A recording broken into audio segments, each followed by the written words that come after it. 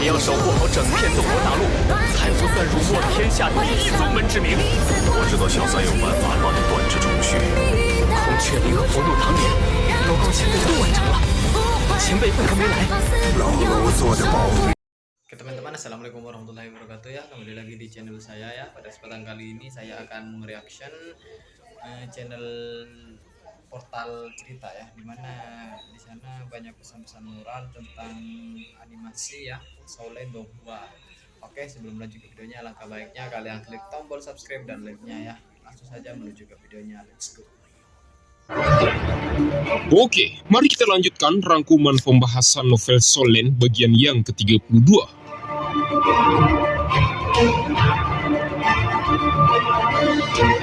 Setelah melihat aura darah kota pembantaian itu muncul di sekitaran Tangsan, maka Bibi Dong gemetar tidak terkendali mengatakan, "Tidak, itu tidak mungkin, itu adalah..." Meskipun posisinya sebagai dewa raksasa lebih tinggi dibandingkan dengan Tangsan, tetapi melihat cahaya merah yang dipenuhi dengan hukum keadilan dan juga kebencian itu, maka membuat pemimpin suci kekaisaran roh tersebut tidak bisa menahan Oh, ternyata di sini si Tangsan melawan Bibi Dong dan Ken Rensui ya. Di sini 2 versus 1 ya. Siapakah pemenangnya? Mari kita tonton seksama video yang berikut ini.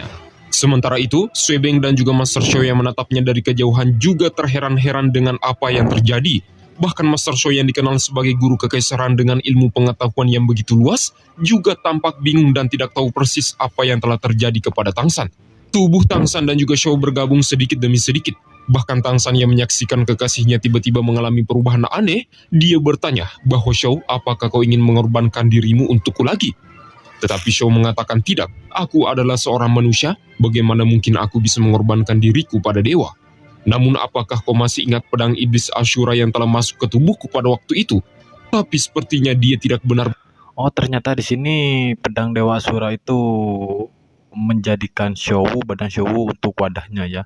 Bisa disebut Shou ini pedang Asura ya, dan si Tangsan pewarisnya. Oke. Untuk warisannya, tetapi lebih memilihku sebagai sarung pedang atau wadah pedang Asura. Pada saat yang bersamaan aura pembunuh meledak luar biasa membuat seluruh pandangan langit menjadi merah pekat bercampur hitam. Aliran energi merah tersebut masuk ke tubuh Tangsan. Bibi Dong yang menatapnya lantas mengucapkan satu nama bahwa itu adalah Dewa Asura. Posisi dari Raja Dewa yang mampu menindas seluruh kedudukan dewa yang lain, sehingga disebutkan sebagai Dewa Pembantaian. Di sisi lain, Dewa Asura merupakan musuh utama dari Dewa Raksasa. Dewa Asura dikenal sebagai Dewa Pembantaian Cahaya, sedangkan Dewa Raksasa dikenal sebagai Dewa Pembantaian Kegelapan.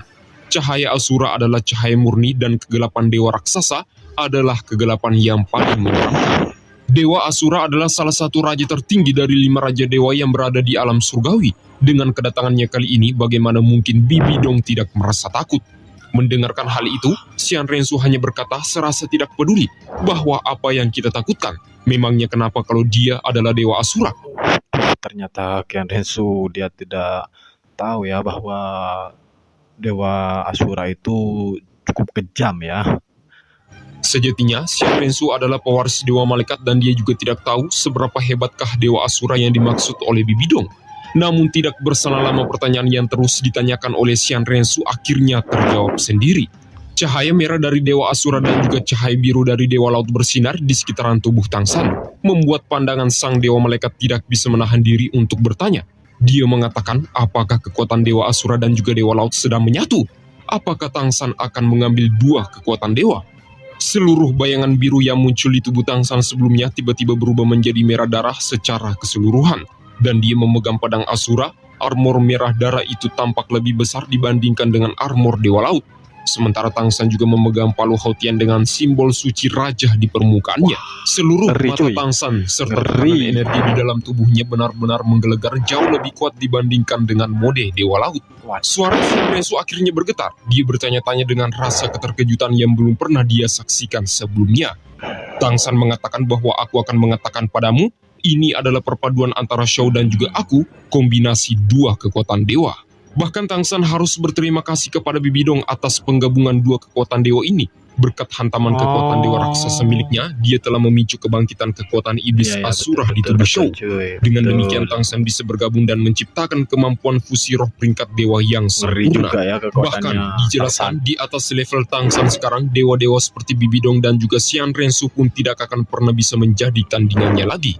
Tidak berselang lama cahaya merah pembantaian berkelip di depan Tangsan dan perlahan-lahan pedang iblis Asura naik ke arah depan, menunjuk lurus ke arah Bibidong dan juga Xian Rensu.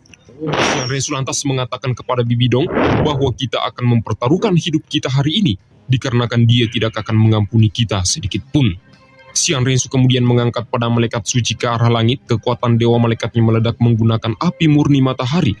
Tekanan luar biasa itu telah membantunya untuk menembus level tingkat tinggi. Serangan tersebut langsung dilepaskan menuju lurus untuk menghantam Tangsan, begitu juga dengan Bibidong langsung melepaskan kekuatan dewa raksasa yang luar biasa. Tanpa keraguan sedikit pun, kedua dewa itu malah menyerang Tangsan yang sudah memasuki mode Asura. Tetapi dengan santainya Tangsan hanya mengangkat pedang Asura dan melepaskan energi cahaya merah, sehingga bentrok satu sama lain dengan pedang suci. Hanya dalam waktu singkat, kekuatan surgawi yang dilepaskan oleh dewa pembantaian itu mampu menghancurkan seluruh serangan terkuat yang dilepaskan oleh sang dewa malaikat. Tetapan Xian Rensu dipenuhi dengan keterkejutan dan mulai menjadi lebih takut. Memang layak menjadi salah satu raja dewa tertinggi di alam surgawi. Kekuatan dewa Asura benar-benar mengintimidasi, padahal kekuatan yang dilepaskan oleh pedang Asura hanyalah sebuah energi kecil saja. Untuk serangan kedua, tiba-tiba saja Bibidong muncul di atas kepala Tangsan dengan rantai api hijau turun bertujuan untuk memenggal kepalanya. Tangsan kemudian mendengus dingin, mengayunkan pedang iblis Asura itu tepat di atas kepalanya dan menghentikan seluruh serangan sabit raksasa dari Bibidong. Ketika kedua senjata itu bersentuhan satu sama lain, tiba-tiba saja ribuan jeritan jiwa yang menangis melengking di udara, sampai semua serangan dari Bibidong direndam dalam cahaya merah. Suara Tangsan lantas bergema mengatakan, Asura, keadilan dan persidangan memang layak untuk menjadi penegak hukum di alam surgawi. Bibidong benar-benar tidak mampu menekan kekuatannya lagi, dan dia malah mengatakan bahwa Tangsan, aku akan mempertaruhkan hidupku bersamamu. Namun sayang sekali, pedang Asura itu mampu mendorong Bibidong sampai terpental cukup jauh dan membuatnya tidak bisa bertarung lagi. Nah, untuk pertarungannya melawan Xian Rensu, ternyata Tangsan bisa beralih kembali ke mode Dewa Laut. Keterkejutan terlintas di wajah kedua ibu dan anak tersebut. Meskipun mereka adalah dewa, tetapi hanya satu serangan dari pedang Asura saja membuat mereka serasa tidak berdaya dan tidak mendapatkan peluang apapun. Tapi meskipun begitu, Xian Rensu tidak menyerah sedikit pun. Dia masih terus-menerus melancarkan serangan membabi buta ke arah Tangsan, dan dia berteriak dengan sekuat tenaga bahwa Tangsan, kau harus mati apapun yang terjadi. Dijelaskan, serangan habis-habisan yang dilancarkan oleh Xian Rensu sekarang adalah kekuatan dewa malaikat yang mempertaruhkan nyawanya. Xian Rensu menuangkan seluruh kekuatan api murni matahari dan membakar jiwa surgawi dewa malaikatnya. Akal surgawinya dan semua vitalitasnya yang berada di tubuhnya ikut hangus. Setelah menggunakan kekuatan itu, mahkota di atas kepalanya yang menunjukkan gelar dewa malaikat mulai retak dan rusak. Sementara itu, simbol malaikat bersayap 6 di punggungnya pecah berkeping-keping. Terlepas apakah serangan mataharinya itu berhasil atau tidak, tapi dia telah berusaha keras untuk membayar semua apa yang dia miliki menggunakan gelar dewa. Untuk menangkal serangan itu, maka simbol permata yang berada di senjata surgawi sang dewa laut seketika mengeluarkan tornado emas yang sangat besar dan saling bentrok satu sama lain. Akibat hantaman serangan itu, ternyata hanya membuat Tangsan mundur beberapa langkah saja. Tetapi hal itu sudah cukup membanggakan bagi Xian Rensu, mampu mendorong dewa laut dengan kekuatan terakhirnya. Namun sekarang dia bukanlah dewa malaikat lagi. Melihatnya sudah tidak berdaya dan telah menjadi manusia biasa, pedang iblis Asura kemudian dikeluarkan oleh Tangsan kembali dan bersiap untuk mengakhiri kehidupan Xian Rensu. Di sisi lain, Xian Rensu yang melihatnya juga tidak menunjukkan sedikit pun rasa penyesalan. Justru sebaliknya, dia tampak damai untuk bertemu dengan kematian. Xian Rensu lantas bergumam bahwa biarkan aku mati di tangan pria yang paling kucintai dalam hidupku. Bahkan sebelum bertemu dengan kematiannya, dia menutup matanya, air mata mengalir secara perlahan. Dan tepat setelah itu Tangsan dengan cepat melancarkan serangan pedang Asura untuk menusuk tubuhnya. Namun tiba-tiba saja Bibidong datang untuk menggantikan posisi putrinya. Dan pada akhirnya Bibidonglah yang bertemu dengan kematian. Senjata sabit ungu raksasa yang berada di tangannya pecah berkeping-keping kemudian menghilang. Tubuhnya tertusuk pedang iblis Asura, darah bercucuran ke bawah. Melihat ibunya, Xian Rensu menjerit dengan seluruh kekuatannya. Dia benar-benar tidak percaya dengan apa yang telah dilakukan oleh Bibidong. kenapa dia malah memasang tubuhnya untuk menggantikan posisinya. Melihat ibunya yang jatuh ke tanah, Xian Rensu menunjukkan pandangan tanpa harapan sedikit pun. Tidak peduli apa yang telah dilakukan oleh Bibidong, tapi sebenarnya jauh dari lubuk hatinya yang paling dalam, dia selalu menjadi wanita pertama yang pernah dia cintai. Bibidong kemudian mengalihkan pandangannya ke arah Tangsan dan diperlihatkan aura dari matanya tidak menunjukkan tanda-tanda dendam sedikit pun. Bibidong lantas berkata bahwa Tangsan, kau telah menang. Sangat sulit bagi Bibidong berbicara sekarang dikarenakan kedua tangannya memegang pedang iblis Asura yang menusuk tubuhnya.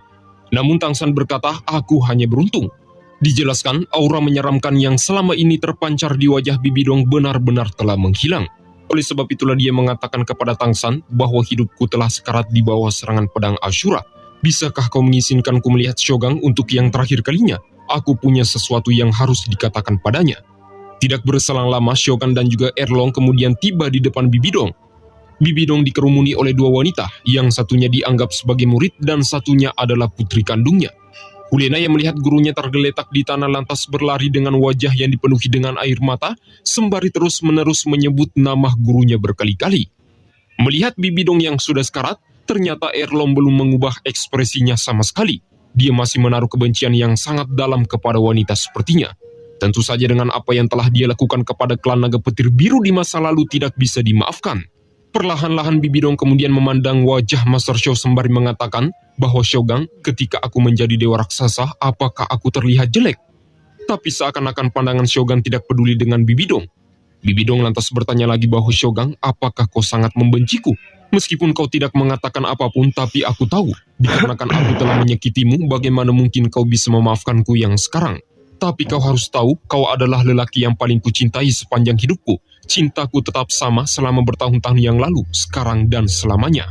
Tetapi perkataan itu dipotong langsung oleh Erlong menghardik mengatakan, kau pembohong. Jika kau benar-benar mencintainya, mengapa kau malah menghancurkan klan naga petir biru kami, dan bahkan membantai seluruh keluarga kami? Bibidong mengatakan bahwa aku bukanlah orang lemah sepertimu. Keluargamu sangat membencinya, menelantarkannya, dan apakah kau tidak tahu tentang itu? Apa yang telah kau lakukan untuknya, dan apa yang tidak bisa kau lakukan untuknya? Aku melakukan semua itu untuk Shogun. Siapapun yang berani menyakitinya dan juga meremehkannya, maka aku tidak akan mengampuni mereka. Bahkan meskipun itu berasal dari keluarga klan naga petir biru. Saat berbicara, tetesan darah di mulutnya terus-menerus keluar, dan pada saat itu juga, Master Shou akhirnya angkat bicara mengatakan, kau gila. Bibidong lantas mengatakan, ya, aku gila. Tetapi apakah kau tahu mengapa aku bisa menjadi gila? Saat kami bersama dulu, penampilanku tidaklah begini. Melihat kondisi Bibidong, Master Shou tiba-tiba meneteskan air mata mengatakan bahwa Bibidong yang aku kenal sudah mati. Mendengarkan hal itu, Bibidong tersenyum puas kepadanya. Dia juga membenarkannya bahwa kau benar. Apa yang kau katakan adalah kebenaran. Bibidong yang kau kenal di masa lalu sudah mati dan dia telah meninggalkan dunia. Dia bukanlah gadis yang lembut nan polos, tapi sebaliknya hatinya dipenuhi dengan kebencian yang berdetak. Shogun, sebelum aku meninggal dunia, aku harus memberitahumu alasan mengapa aku meninggalkanmu pada waktu itu. Aku pikir ini adalah kisah yang harus kau tahu. Bibidong benar-benar tidak bisa mengendalikan nada suaranya lagi, bahkan sampai putrinya pun mengatakan, kau seharusnya tidak bicara lagi. Kecemasan dari Xian Rensu tentu tidak bisa tertahankan melihat ibunya yang sudah dalam kondisi sekarat. Tetapi Bibidong mengatakan, tidak, jika aku tidak memberitahunya sekarang, maka aku tidak akan mempunyai kesempatan lagi. Bibidong kemudian mulai menceritakan segalanya bahwa pada waktu itu, sebenarnya Shogun dan aku sedang jatuh cinta. Aku tidak mempermasalahkan tentang kekuatan rohnya yang lemah ataupun pengetahuannya yang mendalam. Tapi aku masih ingat jelas mengapa aku meninggalkannya pada hari itu. Pada waktu itu di malam hari, malam yang dimana bintang-bintang memancarkan cahaya redup, guruku tiba-tiba mengunjungiku dan bertanya tentang hubunganku bersama Shogun. Kau tahu, guruku adalah orang yang paling aku hormati, dan dia adalah pemimpin dari kerajaan roh pelindung. Mendengarkan hal itu, wajah Xian Rensu tampak terkejut, dikarenakan dia jelas mengerti sosok guru yang dimaksud oleh Bibidong tidak lain dan juga tidak bukan adalah ayahnya sendiri. Bibidong melanjutkan, pada waktu itu aku tidak pernah menyembunyikan apapun darinya, bahkan aku mengatakan kepadanya semua tentang hubunganku bersama Shogun. Tapi entah kenapa dia tidak mengizinkan hubungan itu, dikarenakan satu alasan bahwa aku adalah seorang Master Soul yang mempunyai roh kembar, dan dengan sebab itulah tidak diizinkan untuk memiliki hubungan dengan lelaki manapun, termasuk orang-orang dari klan naga petir biru. Sejak pembicaraan itulah aku terus bertengkar melawan guruku dikarenakan aku tidak terima jika hubunganku bersama Shogun diputuskan begitu saja. Bahkan meskipun jika harus meninggalkan kekaisaran roh, maka Bibidong tetap lebih memilih bersama Shogang. Pada saat itulah dia menjadi marah. Dia memukulku menggunakan telapak tangannya dan membuatku tidak sadarkan diri. Ketika aku terbangun, aku telah merasakan sakit di seluruh tubuhku, layaknya seperti boneka lusuh yang terbaring di ruang gelap tersembunyi. Dia adalah monster yang duduk di sebelahku. Apakah kalian tahu apa yang dia katakan padaku? Dia berkata bahwa meskipun harus menggunakan metode paling kotor, maka dia tetap akan melakukannya demi menjagaku tetap tinggal di kerajaan roh. Dia telah menyetubui tubuhku tanpa ku ketahui. Bahkan dia juga mengancamku jika aku tidak meninggalkanmu, maka dia akan berangkat untuk membunuhmu. Setelah mendengarkan cerita yang dikatakan oleh Bibidong, semua orang yang berada di sekitarnya tampak bingung. Tiba-tiba saja kesedihan melonjak dalam hati mereka semua. Bibidong melanjutkan, pada saat itulah hal pertama yang kupikirkan adalah bunuh diri, tetapi aku juga tidak bisa melakukannya. Dikarenakan aku tahu tentang sifatnya, jika aku mati pun, maka dia tetap akan kembali untuk menumpahkan semua amarahnya kepadamu. Dia juga tetap akan membunuhmu. Oleh karena itulah aku meninggalkanmu menggunakan cara yang mungkin tidak masuk akal, tapi sejatinya aku melakukannya untuk melindungi lelaki yang paling kucintai. Mendengarkan hal itu, Master Shou tiba-tiba jatuh tersungkur di tanah. Dia berkata, "Tidak, itu tidak benar. Kau berbohong padaku. Katakan kalau kau berbohong padaku, bukan?" Sejatinya cinta dan kebencian adalah hal yang pernah mereka miliki bersama. Tetapi setelah mendengarkan cerita tersebut, maka Master Shou benar-benar tidak menyangka tragedinya akan menjadi serumit itu. Bibidong kembali melanjutkan bahwa ini adalah putriku, anak perempuan yang dia buatkan untukku.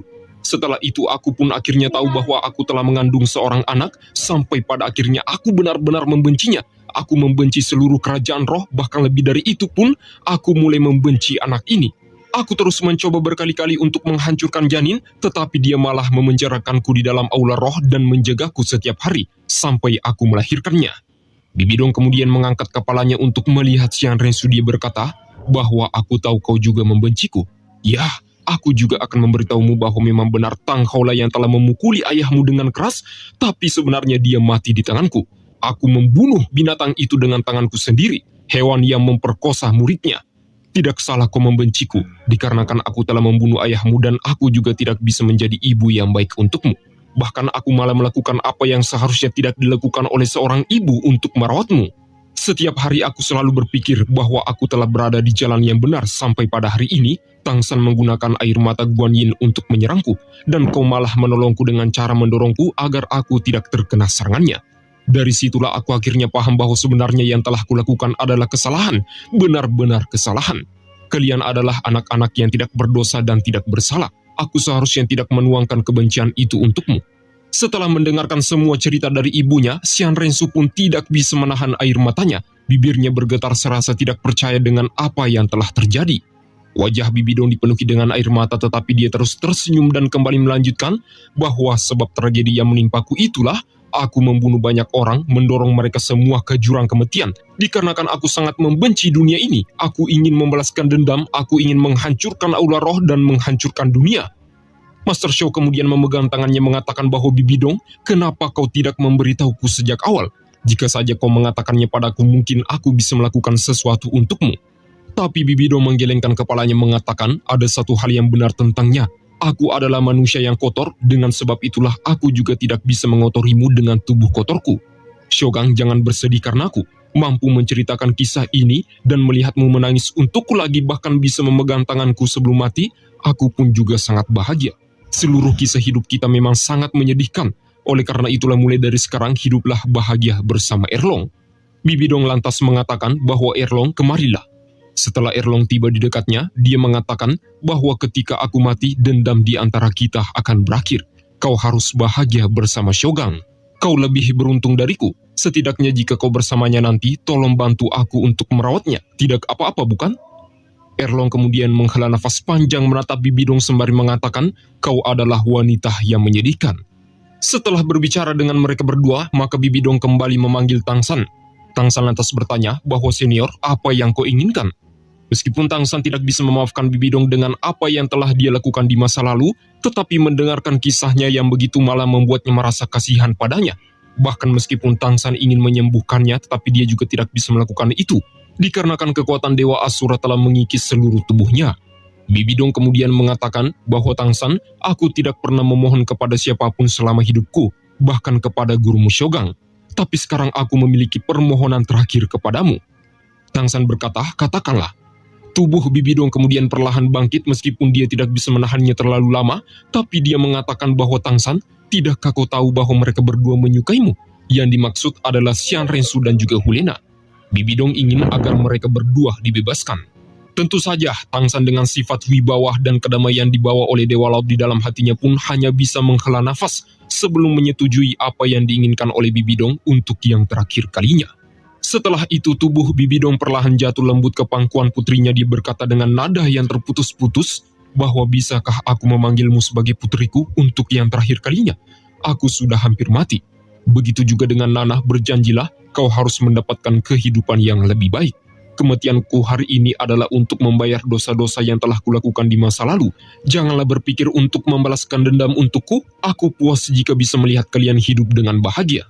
Xian Rensu kemudian mengucapkan kata-kata yang sangat dia ingin ucapkan dari dulu, yaitu memanggil nama Bibidong sebagai seorang ibu.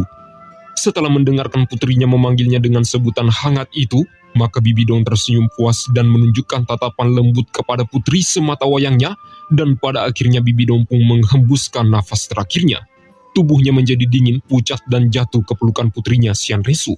Seluruh orang-orang yang berada di sekitarnya meneteskan air mata, dan pada akhirnya deklarasi perang pun berakhir.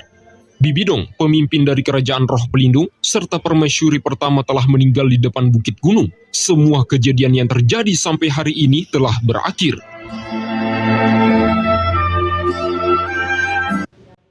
Oke lah, di situ banyak pesan moral ya yang disampaikan oleh portal cerita ya. Mari kita ambil apa itu namanya ya, ambil pesan moralnya ya, bahwa barang siapa yang memiliki masalah seberat apapun kita harus menceritakan kepada orang yang terdekat ya. Oke, terima kasih yang sudah menonton. Bye bye and see you.